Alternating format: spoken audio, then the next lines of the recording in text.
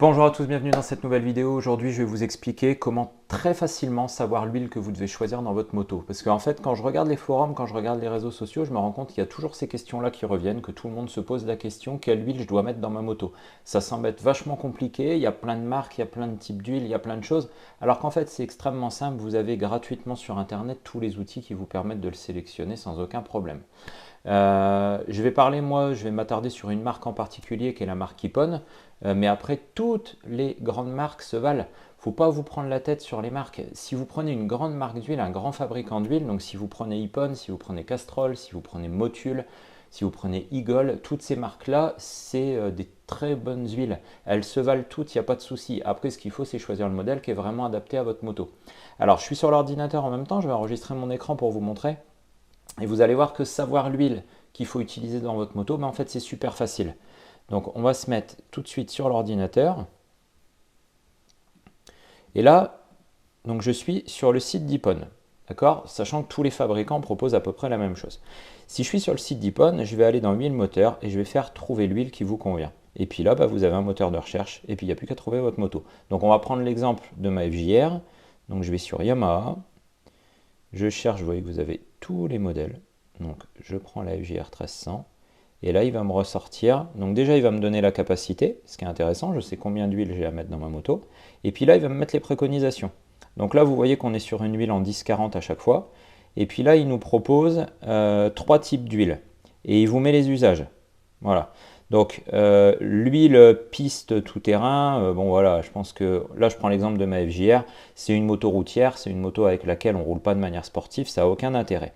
Après on a deux huiles différentes. Alors, je ne vais pas cliquer dessus, je vais rester là.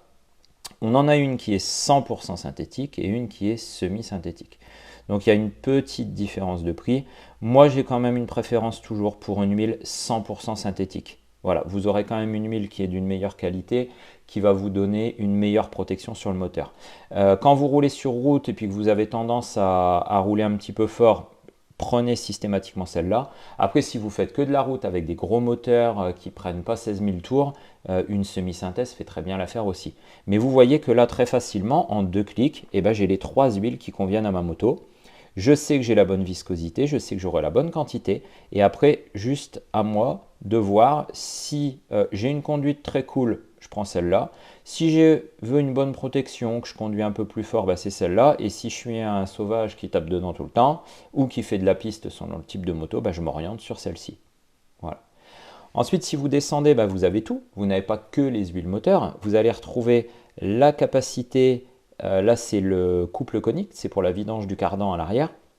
Donc, vous retrouvez la bonne huile adaptée. Vous avez la capacité. Vous retrouvez la même chose pour la fourche avec la bonne viscosité pour la fourche. Puis après, on a les produits d'entretien qui, eux, sont communs à toutes les motos.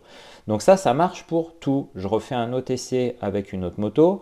Admettons que je roule en MT-09. Je retourne sur Yamaha. Je prends, on va prendre la 900 Tracer, c'est le même moteur. Voilà, je retrouve ma capacité de litre 7. Et là, il me repropose une nouvelle fois mes trois huiles. Donc là, on est toujours sur du 10-40, c'est les mêmes huiles que pour la FJR. Donc on va faire un exemple avec une moto qui utilise une autre huile. Donc là, je m'en vais chez BMW. On imagine que j'ai une R1200R, voilà, de 2006 par exemple. Et là, on est sur de la 1550. La préconisation n'est pas la même. Il me dit que j'ai une capacité de 4 litres. La préco est de la 1550 et il me propose une nouvelle fois la 100% synthèse ou la semi-synthétique.